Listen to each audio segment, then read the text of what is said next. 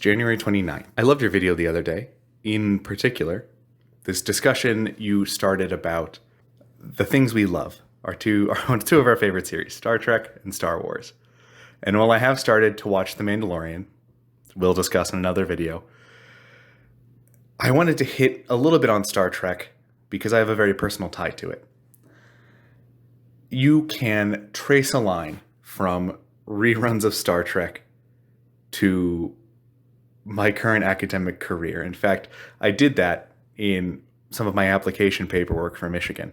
So it holds a very special place in my heart. And I can think back to a time when I was a kid when I first discovered Star Trek.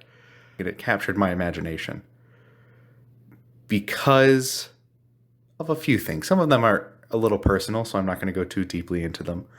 But one of the big ones is that it expanded my idea of what I thought humanity could do. And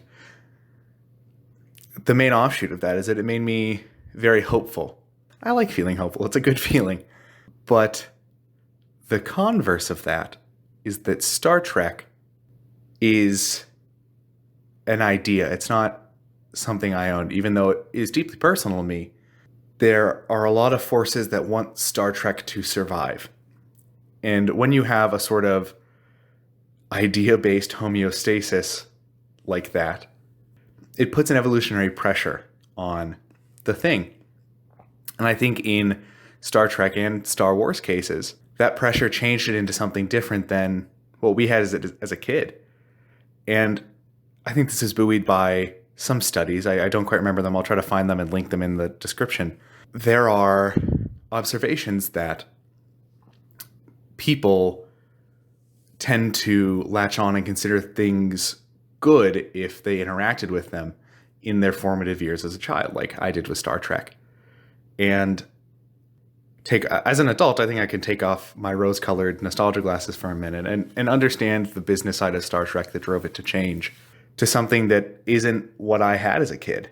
And I can recognize that maybe to current generations, they'll like it more than the series of Star Trek that I like. I can see a day where Michael Burnham could be more popular than Picard to some people. And, well, in my deep down Trekkie soul, I shudder a little bit.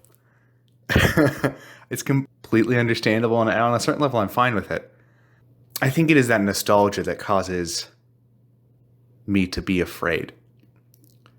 And I think it is a function of the fact that these things are canon in the universes in which these characters exist. So I have someone who is changing something fundamentally that I love, and in the case of Star Trek has affected me profoundly and on a certain level become part of my personality.